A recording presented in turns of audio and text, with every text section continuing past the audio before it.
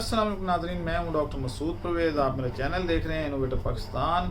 आज का टॉपिक जो है ज़िम्मेदारों के लिए है और वो फीड से रिलेटेड है।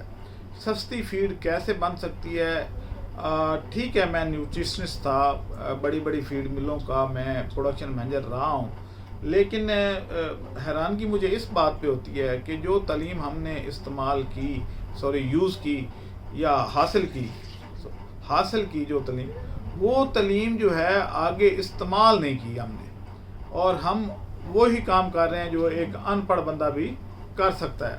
मसलन हम डीलर बन गए पोल्ट्री फीड के, एक तरफ से फैक्ट्री से फीड ली और आगे बेच दी, दरमियान में अपना पर बैग कमीशन रख लिया, उसकी यानी रेट बढ़ाने में आप मददगार हुए, ना कि इंडस्ट्री को डेवलप करने में।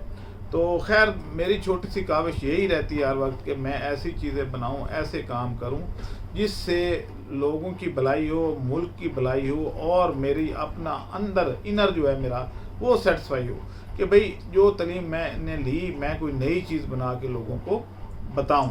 अब ज़िम्मेदार बेचारे परेशान हैं, डेयरी फार्मर रो रहा है जी मेरे दूध का रेट नहीं है, मुझे तो घाटा पड़ता है, और डेयरी फार्मर कोई खुशहाल नहीं होते आमतौर पे, ये हैंड टू माउथ ही रहते हैं। तो आज मैं आपको बताऊंगा कि आप किस तरीके से सस्ती एनिमल फीड बना सकते हैं।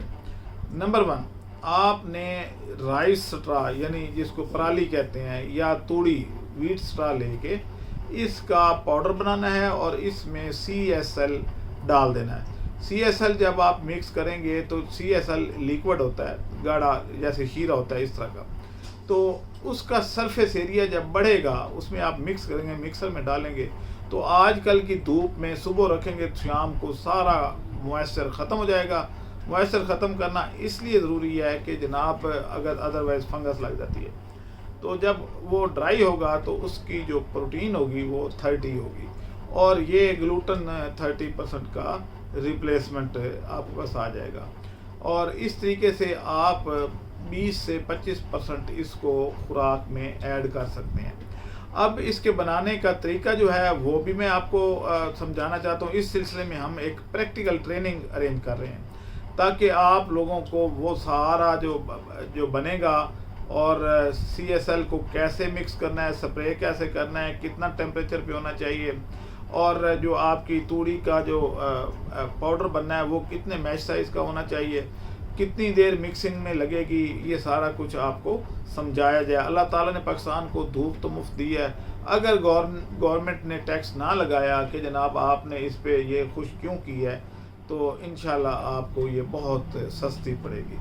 तो धूप पे टैक्स खैर मुश्किल ही लगा सकेगी गवर्नमेंट, क्योंकि गवर्नमेंट की किस नुमाइंदे को पता कि किसने इस धूप पे खुश कर लिया। वैसे हैरानगी की बात है कि नहीं कि ज़मीन के ऊपर पड़ती रहे, जिल्दें सड़ जाएं, सारे दरख्त जल जाएं तो कोई मसला नहीं, अगर किसी को फ़ायदा हो जाए तो उस पर टैक्स लगा दो। खैर, ये तो एक पॉलिटिकल गुफ्तगू हो जाएगी।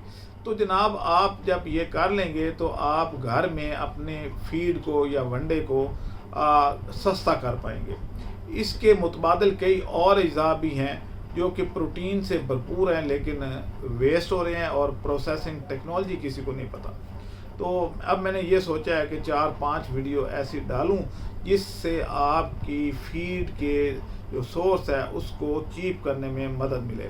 मसलन मैं एक और आपको बड़ी बेहतरीन सी चीज़ बता देता हूँ। आपने देखा होगा कि मकई आई हुई है, मकई की जो शेलिंग हो जब होती है तो इसमें से एक बुरादा सा निकलता है रेड कलर का, आमतौर पे रेड ही होता है, तो सिर्फ वाइट जो मकई है उसमें से वाइट कलर का निकलता है, वरना रेड ज़्यादा होता है। पंजाब में क्योंकि रेड या येलो कॉर्न ज़्यादा होती है तो उसका वो रेड ही होता है।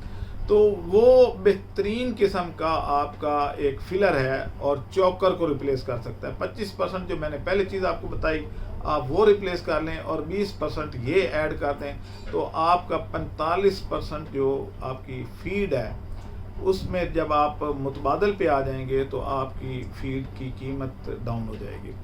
ये चीज़ें आपको पूरे पाकिस्तान में कोई नहीं बताएगा, ना किसी को पता है, चाहे डिग्रियाँ जितनी बड़ी बड़ी लेके आए। हालांकि हमें पढ़ाया ही यही जाता है कि आप मुतबादल पे आएँ, नए अज्जा तलाश करें, ताकि पुराने जो अज्जा हैं उन पे लोड कम हो। जब लोड कम होगा तो ڈیفینیٹلی ریٹ کم ہو جائے گا، اور خوراک سستی بنے گی، خوراک سستی بنے گی تو دودھ سستا بنے گا، دودھ سستا ملے گا تو آپ کو دہی بھی سستی ملے گی، مکھن، گھی، سب کچھ دیسی گھی وغیرہ سستا ملے گا۔ تو لیکن اس پہ کوئی کسی کی توجہ نہیں، ہر کسی کو آپا تاپی پڑی ہوئی ہے، اور ہر بندہ کہتا ہے کہ میں آج رات کو اتنے نوٹ اکٹھے کر کے تو جیب میں ڈالوں، چاہے استعمال ایک نوٹ کا بھی نہ کرتا ہو، بس ایک جمع کرنے کی ہوس ہے، اور وہ اس میں لگے ہوئے ہیں سارے۔ یعنی 70-80 سال کے بھی لوگ جو ہے وہ ہوس ختم نہیں ہو پا رہی، یہ پلاٹ لے لیں، ادھر انویسٹ کر لیں، ادھر انویسٹ کر لیں، سامان 100 برس کا، پل کی خبر نہیں، تو اس کا کیا فائدہ؟ بھئی کوئی چلیں 50 سال کے بعد ہی صحیح، لیکن ویلفیئر کا کام شروع کر دیں۔ پتہ ہوتا ہے کہ اب کسی وقت بھی موت کا فرشتہ آ جائے گا اور ہماری روح قبض کر لے گا، تو ایسے بکھیڑوں میں کیوں پڑتے ہیں جس کا کوئی فائدہ نہ ہو؟ ایسے کام کریں جس کا ڈائریکٹلی اینڈ انڈائریکٹلی عوام کو فائدہ ہو اور ملک ترقی کرے۔ یہ اس سوچ سے پاکستانی آ رہی ہیں، شاید ہی 2-4 لوگ ہوں گے جو اس طرح سوچتے ہوں گے، ورنہ 25 کے 25 کروڑ عوام جو ہے وہ اسی طریقے سے۔ آپ خود دیکھ لیں کہ ہمارے جو طاقتور حلقہ ہے جو حکومت میں ہے، ان کی بھی یہی سوچ ہوتی ہے کہ ادھر سے پیسے ہڑپ کر لیں، ادھر سے۔ ادروائز یہ جو جتنے ہم پروجیکٹ بنتے ہیں گورنمنٹ میں، آپ کی کیا خیال ہے کہ یہ عوام کی بھلائی کے لیے بنتے ہیں؟ اس میں کیونکہ ان کی لمبی چوڑی کمیشنیں ہوتی ہیں، لمبے چوڑے مال بنتے ہیں، اور بعد میں جناب وہ اپنی جیبیں بھرتے ہیں، اور پھر ایک دن وہ مشرف کی طرح وفات پا جاتے ہیں، اور وہ کوٹھی جو اسلام آباد والی ہے وہ ویران پڑی ہے، ایک دن بھی رہنا نصیب نہیں ہوا۔ تو ایسے کاموں کا کیا بھلا؟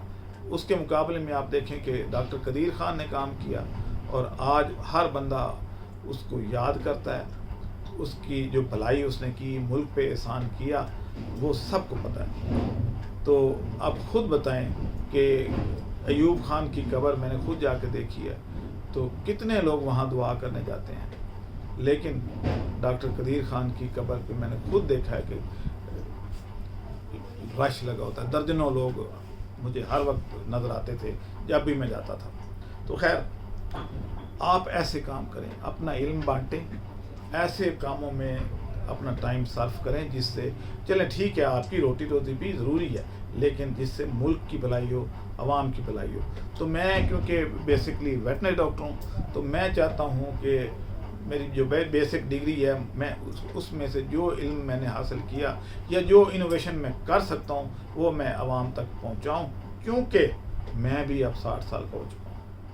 تو جناب اب آئیں، اس ٹریننگ میں شامل ہوں اور کچھ سیکھیں اور اپنا روزگار بہتر کریں۔ ڈیری فارمر کبھی بھی لاس میں نہیں جا سکتا اگر وہ فیڈ کے نئے نئے طریقے استعمال کرے اور متبادل چیزوں پہ آ جائے۔ طریقے میں سکھا دوں گا، ٹریننگ میں کروا دوں گا، اور باقی کام آپ نے خود کرنا ہے۔ اور آپ کی جب ان پٹ کاسٹ ہی کم ہو جائے گی تو نفع کیوں نہیں آئے گا؟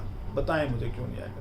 جس کے پاس بھی کوئی 40-50 جانوروں کا فارم ہے، یہ چھوٹا فارم سمجھا جاتا ہے، تو وہ ٹریننگ میں ضرور آئے۔ رابطے کے لیے 0346145240 میرا نمبر 0300400979، کراچی کے لوگ 0313242540 پہ رابطہ کر کے رجسٹریشن کروا سکتے ہیں۔ اللہ حافظ۔